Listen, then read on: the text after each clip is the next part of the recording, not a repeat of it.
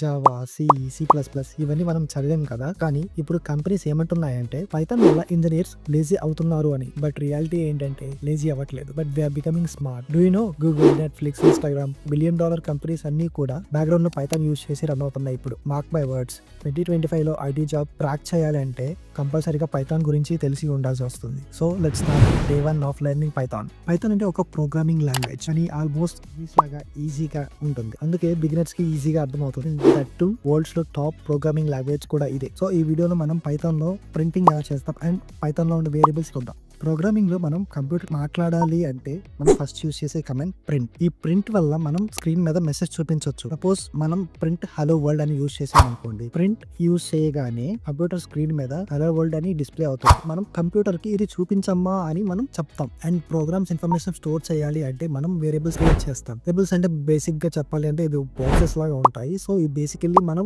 Data అనేది store చేసుకోవడానికి use చేస్తాం. సపోజ్ నేను ఒక పేరే స్టోర్ చేయాలనుకుంటే నేమ్ ఈక్వల్ టు మధు అని ఇచ్చాను అనుకోండి, అక్కడ నేమ్ అనేది ఒక వేరియబుల్. ఆ వేరియబుల్ లో మనం నేమ్ మధు అని ఇచ్చాం కదా, ఆ మధు అనే వాల్యూని మనం నేమ్ అనే వేరియబుల్ లో స్టోర్ చేసుకుంటాం. ఆ స్టోర్ చేసి పెట్టుకున్న దాన్ని మనం ఫ్యూచర్ లో యూజ్ చేసుకోవడానికి మనం ఈ వేరియబుల్ కాన్సెప్ట్ ని మనం యూజ్ చేసుకుంటాం. ఈ వేరియబుల్స్ మనం డిక్లేర్ చేసుకునేటప్పుడు వాటి యొక్క నేమింగ్ కన్వెన్షన్ అనేది యూనిక్ గా ఉండాలి. సో సపోజ్ మీరు 2 వేరియబుల్స్ నేమ్స్ ని సేమ్ గా ఇచ్చారంటే అది కంప్యూటర్ కి ఏ వేరియబుల్ మనం అడుగుతున్నామో దానికి అర్థం కాక మనకి ఎర్రర్ త్రో చేస్తుంది. అందుకని వేరియబుల్ నేమ్స్ అనేవి మనకి యూనిక్ గా ఉండాలి. సో అప్పుడు మాత్రమే కంప్యూటర్ ఈజీగా పిక్ చేసుకోగలదు. సో వేరియబుల్స్ అనేది మనకి ఇన్ఫర్మేషన్ ని స్టోర్ చేసుకోవడానికి ఉపయోగపడుతుంది. సో ఆ స్టోర్ చేసుకునే ఇన్ఫర్మేషన్ మనం ఫ్యూచర్ లో యూజ్ చేసుకోవడానికి జాగ్రత్తగా దాచిపెడతాం.